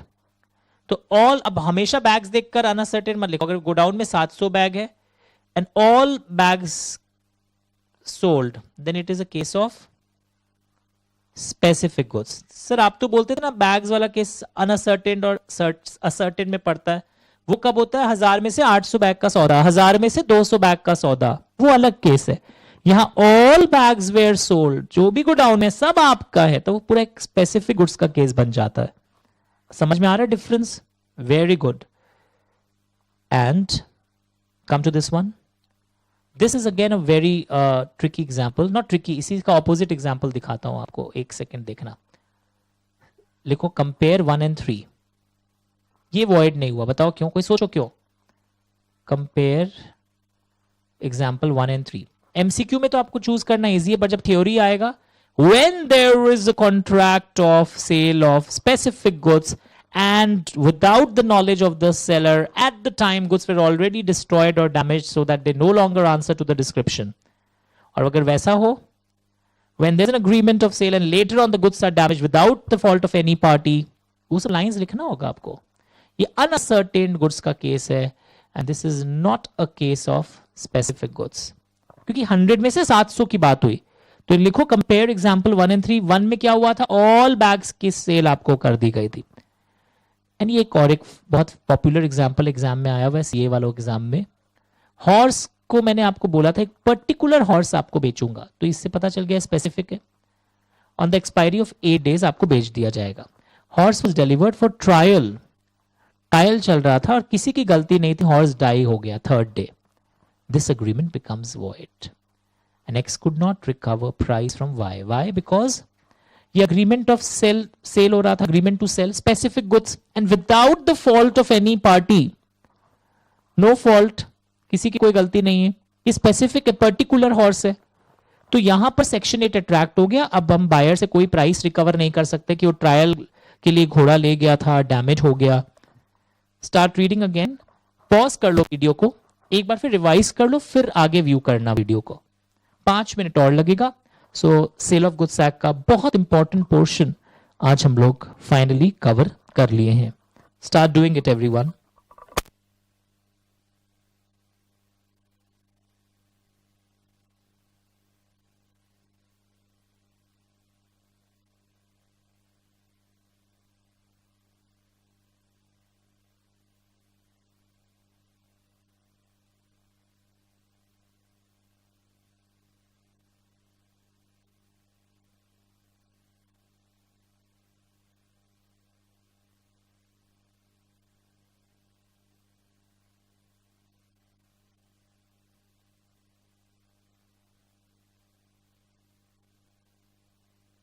अगर आप मार्किंग नहीं कर रहे हो ना, compare example 1 and 3, horse, no fault, अलग अलग इंक से, आप बाद में नहीं रिवाइज कर पाओगे। और लिख लेना इन केस स्टडीज, ये पूरा प्रोविजंस पहले आएगा, ये जो when there is a contract, when there is an agreement to sell specific goods, ये पूरा थ्योरी आपको लिखना होगा, शुरू के 3-3 लाइंस वाले। Is it okay? So the last discussion for today is after section 7 and 8, how the price is fixed। हो सकता है अगले वीडियो में हम लोग फिर से रिवाइज करें, बट एक बार हम पहले how the price is fixed ये देख लेते हैं कि प्राइस, जो आज हम लोग एक शब्द सुन रहे थे when we were talking about essentials of a contract of sale, it is the monetary consideration for the sale of goods। और प्राइस कैसे फिक्स होता है, अब आइए हम लोग एक एक करके देखते हैं। It may be fix by the contract, आपस में लिखा रहता है कि ये प्राइस लगेगा, फिक्स्ड कॉन्ट्रैक्ट में ही लिखा रहेगा, this is first simple option. और it will be fixed in a manner provided by the contract. देखिए प्राइस एक वैल्यूअर को अपॉइंट करेंगे, वो डिसाइड करेगा। तो ये लैंग्वेज नंबर 1 क्या है, अगर आपको याद होना चाहिए, price is fixed in the contract, mentioned expressly in the contract, number 1। Fixed in a manner provided by the contract, that is number 2। And number 3 कि जैसे हमेशा इन लोग आपस में अपना डीलिंग के दौरान कि कैसे प्राइस डिटरमिन करते हैं, वैसे इस बार भी कर लेंगे, इनके बीच में हमेशा डीलिंग हुए उसी तरीके से इस बार भी कर लेंगे। और determined by the course of dealings between the parties. तो price may be fixed by the contract or in a manner provided by the contract. Thirdly, determined by the course of dealing between the parties. 3 चीजें हैं, fixed by the contract, agreed to be fixed in a manner provided by the contract. Third, determined by the course of dealing between the parties. Is it clear? All 3 things. ध्यान से देख लो, पक्का? Now section number 10, ये चीज ध्यान से देखना आप. When there is an agreement to sell goods on the terms that price is to be fixed by the valuation of a third party. ये देखो ध्यान से, जहां थर्ड पार्टी वैल्यू करेगा and third party does not make the valuation. Okay, third party को valuation करना था और थर्ड पार्टी ने वैल्यूएशन नहीं किया. ऐसे सिचुएशन में क्या होगा? The agreement is avoided. Oh, तो अब आगे कुछ नहीं कर सकते. पर आगे देखो, provided that if the goods have been delivered, third party को करना था और हमने गुड्स तो डिलीवर भी कर दिया, and appropriated, पूरा बायर ने सिलेक्ट करके गुड्स की डिलीवरी भी ले गया, then he has to pay a reasonable price. या तो अग्रीमेंट वॉइड हो जाएगा थर्ड पार्टी अगर वैल्यूएशन नहीं करता, पर अगर डिलीवरी हो गई है, रीजनेबल प्राइस आपको देना पड़ेगा. और थर्ड पार्टी को एक पार्टी बदमाशी कर रहा है, सेलर या बायर जानबूझ के उसको प्राइस डिटरमिन नहीं करने दे रहा है, तो फिर और एक पार्टी डैमेजेस के लिए फाइल कर सकता है सूट. अगर मैं जानबूझ के आपको डिटरमिन नहीं करने दे रहा हूं, the party not in fault can file a suit for damages against the party in default. तो this is to be learn, क्योंकि डायरेक्ट क्वेश्चन आता है how is price determined by third party, या मेंशन द प्रोविजंस कि third party जब valuation करेंगे और वो थर्ड पार्टी का वैल्यूएशन नहीं करता है, the agreement becomes void. But if the goods are already delivered and appropriated to और बाय द बायर, अप्रोप्रिएशन का मीनिंग आप बाद में देखोगे, लेटर स्टेज में क्वेश्चन मार्क लगाया है मैंने, he will pay a reasonable price. और थर्ड पार्टी को जानबूझकर एक पार्टी डिटरमिन नहीं करने दे रहा valuation, then the party not in fault may maintain a suit for damages against the party in default. ये आंसर में आना चाहिए. The party not in fault may maintain a suit for damages against the party in default. This is very very important. Is it fine? उसी तरह example देखोगे आप यहां पर, तो क्वेश्चन कैसा आता है, how the price is determined 4 marks में आपको ये वाला अंश पूरा लिख के आना पड़ता है कि प्राइस ऐसे ऐसे डिटरमिन हो सकते हैं. फिर agreement to sell at valuation, when there is an agreement to sell, language देखो, on the terms that the price will be determined by the valuation of a third party and third party cannot make the valuation, the agreement is avoided. Void ho gaya. But if the goods have been delivered or part has been delivered, then he will pay a reasonable price. या third party को prevent कर रहे हैं कि valuation कर ही नहीं पाए, तब क्या होगा वो भी लिख दिया गया. Start reading the example.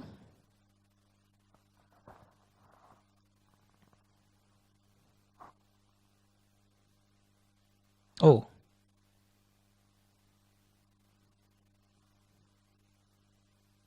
पढ़ के देखिए.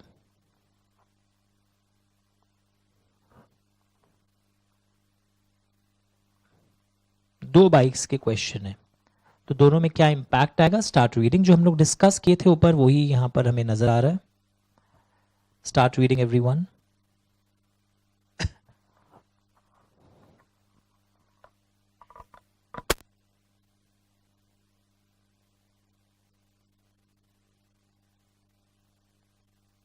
अंडरस्टूड. तो कई बार एमसीक्यूज आ जाता है प्राइस डिटरमिन, ये all of the 3 are correct. ये तरीके से, क्योंकि सबको 1 और 2 लगता है, पर कई बार कोर्स ऑफ डीलिंग के बीच में भी, जैसे कई लोग मिस्टर एक्स वाई को गुड्स देने वाले हैं, बोलते हैं क्या प्राइस लगाओगे, अरे वही लगा देना जो लास्ट 1 साल से प्राइस लग रहा है वही लगा देना, अपने बीच में तो हर महीने डील होता है. तो determine by the course of dealing एक थर्ड पॉइंट बन जाता है. Start reading everyone. Sure?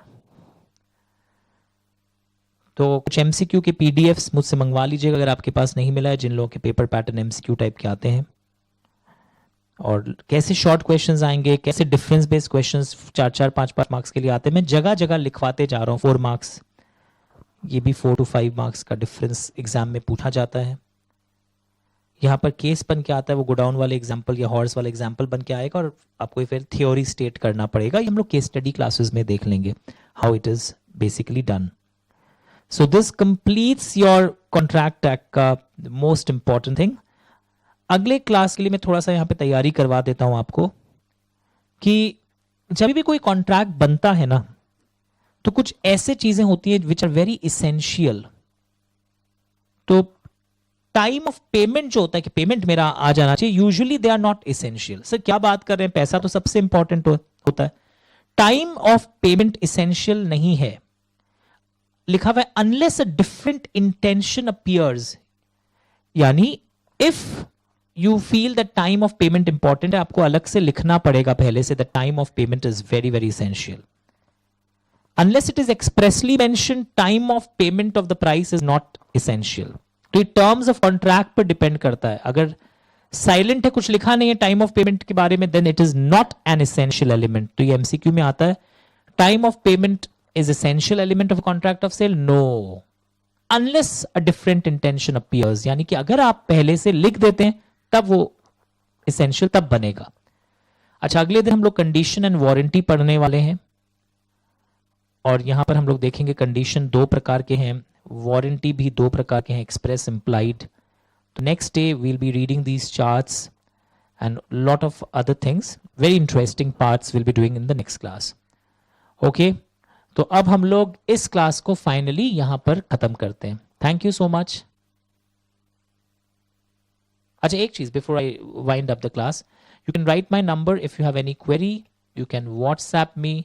Sir आपने व्हाट्सएप शायद चेक नहीं किया, तो आप मुझे मेल भी कर सकते हैं, amitbachawat@gmail.com। ओके सर, पीपीटीज क्या हम लोग को मिल सकता है? पीपीटीज जो रजिस्टर्ड स्टूडेंट्स हैं उनको ऑलरेडी दे दिया गया, they are very helpful when you revise. वही पढ़ाई वाली चीजें ही हैं यहाँ पर, जो वापस से यहाँ पर हम लोग उन्हीं चीजों को सजा दिए हैं। तो आप लेटे लेटे भी कलरफुल नोट्स को देखकर या क्या आंसर में आना चाहिए, जो मैं अलग अलग अंडरलाइनिंग कर रहा था, वही यहाँ पर फिर से हाईलाइट भी की गई है।